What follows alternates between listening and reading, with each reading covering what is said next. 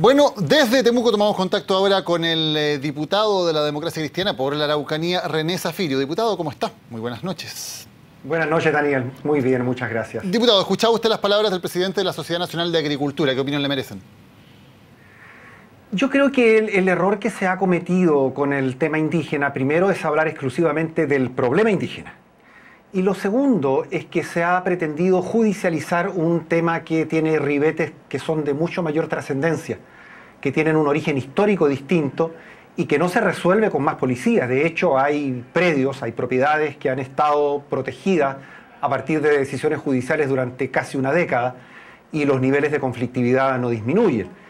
De tal manera que aquí lo que falta es avanzar en las decisiones políticas para abordar la temática indígena que está pendiente y que desde mi punto de vista se refiere a tres puntos fundamentales. Primero, es necesario apurar la presentación del proyecto de ley que crea el Ministerio de Asuntos Indígenas. En segundo lugar, creo que es necesario acelerar también la creación del Consejo de Pueblos, que es un órgano representativo de los distintos pueblos indígenas de nuestro país, porque además esta última iniciativa permitiría que se contara con un mecanismo permanente que ejecutara las consultas del Convenio 169 de la Organización Internacional del Trabajo, que en muchos casos se puede transformar o puede traducirse en una suerte de freno a la inversión. Diputado, ¿hay parlamentarios de la nueva mayoría en la Araucanía que no les interesa llegar a acuerdos o no les interesa llegar a consensos en este tema? Yo creo que no. La verdad, lo digo muy sinceramente, yo creo que no existe ningún senador, ningún diputado que no haya hecho esfuerzos, cada uno en la medida de sus posibilidades, para lograr sentar en una misma mesa a los actores que de alguna forma representan la conflictividad que se da en la región. Eso es absolutamente transversal. En lo personal, he hecho esfuerzos por lograr esa transversalidad, pero ha faltado disposición de los gobiernos para asumir como un tema de Estado el tema indígena. Lo que ocurre, en definitiva, Daniel, es que se quema un camión, por dar un ejemplo dramático, se quema un camión, cuando el camión se está quemando viajan ministros, viajan sus secretarios, hacen anuncios, y el camión no se enfría y ya los anuncios se olvidaron. Entonces la confianza del pueblo mapuche en las instituciones del Estado es cada vez obviamente menor. Diputado, lo quiero cambiar de tema. ¿Qué le ha parecido la reacción del oficialismo y la reacción de la moneda frente a los antecedentes que se van sumando cada vez más sobre este equipo de trabajo previo a la campaña presidencial de Michelle Bachelet, financiado con dineros de la empresa de Giorgio Martire? ¿Le parecen sostenibles, le parecen creíbles las versiones que se siguen dando? Lo primero que yo me atrevería a decir, Daniel, es que lo que maneja Giorgio Martelli no es una empresa. Es claramente una sociedad recaudadora de fondos para el financiamiento de actividad política. Eso no es claramente una empresa. Es una sociedad comercial cuyos fines son muy distintos al concepto de empresa que uno tiene. Lo segundo es que estos gastos se dan en un proceso que no está regulado, que se producen antes de los 90 días en que se produzca la inscripción de la candidatura presidencial propiamente tal. Y yo diría que aquí se está cometiendo el mismo error que se cometió con el caso Cabal. Creo que está fallando la asesoría de la presidenta. ¿Por qué digo esto? Porque cuando la presidenta vuelve de Caburga de vacaciones, sostiene, o sus asesores sostienen, que tres preguntas de tres medios de comunicación distintos iban a ser suficientes para dar por cerrado el caso.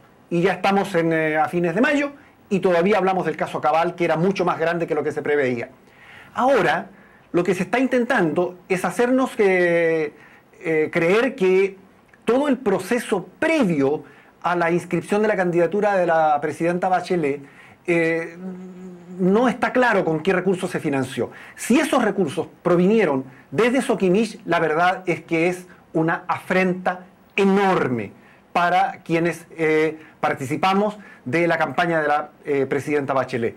No es ni ética ni moralmente aceptable que se haya financiado parte de su campaña, si es que fuera así, con recursos provenientes, desde mi punto de vista, y es una opinión muy personal, de una empresa cuyo dinero está manchado con sangre de la dictadura. Lo he dicho muchas veces y no me voy a cansar de repetirlo. Pero, diputado, esa empresa de la cual usted hace esa alusión ha financiado transversalmente muchísimas campañas políticas en Chile, incluso por mecanismos legales, y claramente también de gente de la nueva mayoría. Es una crítica que usted hace a todos quienes hayan recibido plata de cualquier manera, incluidos métodos legales de SQM. En el fondo, lo que yo me atrevo a sostener, Daniel, es que todo se reduce a la frase del ex ministro Vidal, cuando dice que para financiarse hay que cerrar los ojos y extender la mano. Entonces, esa frase demuestra en plenitud cuál es el espíritu con el cual se hizo ese tipo de recaudaciones, que yo rechazo absolutamente. No me parece que la ética y la política deban transitar por cuerdas separadas. En algún minuto, la ética, la política y la moral pública tienen que unirse para poder reconquistar la confianza de los chilenos. Y esa afrenta enorme, para ocupar sus palabras, diputado, ¿es responsabilidad de quién? ¿De quién lideraba ese equipo? ¿Rodrigo Peñailillo? No, es que ahí tenemos que ser muy cuidadosos. Yo creo que no puede transformarse a Rodrigo Peñailillo, independientemente de los errores o de los ilícitos que haya cometido, no puede transformarse en una suerte de chivo expiatorio, porque aquí hay mucha gente que tiene que haber intervenido y debe haber participado en el proceso preelectoral de la presidenta Bachelet. Muchos que participaron directamente en la campaña. Entonces, por favor, si la nueva mayoría está conformada por un conjunto de partidos, entre los cuales está el mío, la Democracia Cristiana, en el cual su presidente además está involucrado en un problema severo con financiamiento de Soquimich, no puede, insisto, transformarse a Rodrigo Peñailillo en una suerte de chivo expiatorio de todos quienes participaron en el proceso preelectoral y electoral de la presidenta Bachelet. Varias de las personas que recibieron financiamiento de asesorías y negocios en esta etapa siguen teniendo cargos importantes en el gobierno. Por ejemplo, el jefe de gabinete del ministro de Educación, sin ir más lejos. ¿Esas personas deben continuar en el gobierno o se deben ir? Esa decisión la tiene que tomar el gobierno. Yo no soy funcionario de gobierno, yo soy un parlamentario que representa la coalición de gobierno en la Araucanía. Y yo esperaría que las personas que están en esa condición adoptaran esa decisión. Creo que sería lo más sano, porque aquí lo que está en juego es el futuro de nuestro país. Si no está, aquí se está jugando con fuego. Es tremendamente riesgoso que las instituciones pierdan credibilidad ante los ciudadanos. Y si tú me lo permites, yo hoy día me reuní en la caleta de Queule con cerca de 300 pescadores. Y ellos ponen en tela de juicio la legitimidad de la ley de pesca y se ha iniciado hoy día una campaña de recolección de firmas para dejar sin efecto la ley de pesca precisamente porque hay parlamentarios que al parecer están involucrados en sobornos para votar de una determinada forma algunos artículos de esa ley. Entonces, si eso se reproduce en otras normas legales que regulan la vida de nuestro país, evidentemente que tenemos que iniciar un proceso de saneamiento que, aunque duela, tenemos que realizarlo con mucha intensidad y con mucha voluntad. Diputado, la presidenta Bachelet en su momento, hace algunas semanas, cuando se le pudo consultar por el tema en un desayuno con los periodistas acreditados en La Moneda, dijo: no hubo tal pre-campaña. ¿Se sostiene esa frase, se sostiene ese argumento que dio la presidenta Bachelet? Es difícil sostener un argumento así, porque todos sabemos y además todos conocimos, e incluso está en algunos medios de comunicación, los viajes que hacían hacia Nueva York distintas personalidades de la hoy nueva mayoría para persuadirla y que fuera candidata presidencial. Todos lo sabemos. Por lo tanto, ¿usted no le cree a la presidenta cuando dice eso? Yo creo que no es real lo que la presidenta está sosteniendo. No está diciendo la verdad la presidenta. Yo creo que la presidenta no está diciendo la verdad. Yo creo que en ese periodo de pre-campaña evidentemente hubo participación suya. No lo sé si efectivamente ella intervino en todo el proceso de recaudación o no, o si sabía si ese proceso se estaba realizando o no, pero que era lo que ocurría en el país en ese momento, ella no podía estar ajena a eso. Es una frase bastante seria, diputado, un diputado de la coalición de gobierno que diga que la presidenta no está diciendo la verdad. Pero es que cuando uno analiza la información, el análisis que hace lo hace a partir de un contexto. Y el contexto y la lógica del análisis a mí me lleva a pensar que la presidenta sabía perfectamente lo que ocurría en Chile.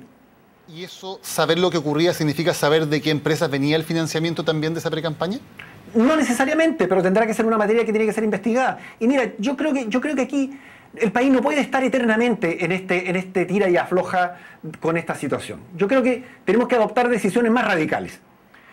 Y una de esas decisiones, desde mi punto de vista, más radicales es que todos quienes poseemos algún tipo de fuero estemos disponibles para renunciar a nuestros fueros, de tal forma de hacer mucho más expedita la aplicación de justicia en nuestro país respecto precisamente de intendentes, gobernadores, subsecretarios, ministros, presidente de la República, diputados y senadores, que son las personas que por norma constitucional tenemos fuero. Renunciemos a nuestro fuero y permitamos que la justicia investigue todo lo que haya que investigar y que todas las personas que sean responsables de algún tipo de delito tributario o financiamiento ilegal de campañas electorales respondan por sus acciones o por sus omisiones.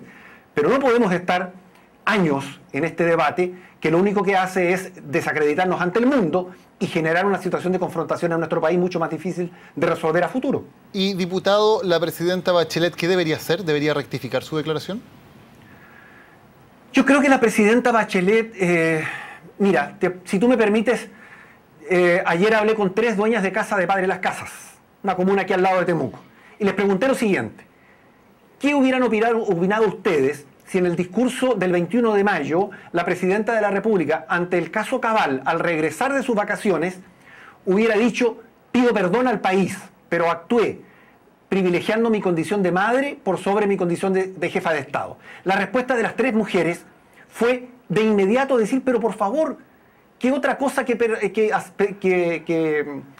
ennoblecería más a la presidenta de la República que un gesto de esa naturaleza? ¿Quién podría no comprender la relación que se produce entre una madre y un hijo y el cuidado que una madre tenga por su hijo? En fin, actitudes como esa ennoblecen la política, ennoblecen a las personas, las hacen más grandes. Si nosotros somos personas como cualquier otra, cometemos errores a diario y tenemos que estar disponibles para pedir disculpas por ellos. Pero una cosa es cometer errores y otra cosa es cometerlos y perseverar en ellos, porque ahí ya comenzamos a dañar las instituciones que representamos. Y haciendo el vínculo con el caso del que estamos hablando ahora, de esa enseñanza que usted saca del caso Cabal, ¿qué significa esto en este caso? Yo creo que si la presidenta sabía de dónde provenían los recursos, ella debiera simplemente reconocerlo, nada más que eso. En esa etapa, insisto, el financiamiento no está arreglado, no está normado. Y yo pediría que se presentara en el proyecto de ley que estamos debatiendo en estos momentos en la Comisión de Constitución de la Cámara de Diputados, de la cual formo parte, que se ingresara una indicación que permitiera regular el periodo de las precampañas, porque si no vamos a quedar allí con un vacío legal que va a permitir que las anormalidades, irregularidades o ilícitos que se cometieron durante los periodos de campaña electoral o de propaganda electoral, que son los últimos 30 días, se trasladen a los periodos previos a los 90 días que corresponden a la inscripción de las candidaturas. Diputado René Zaffirio, muchas gracias por haber conversado esta noche con CNN Prime. Buenas noches. Al contrario, Daniel, muchas gracias a ustedes. Buenas noches.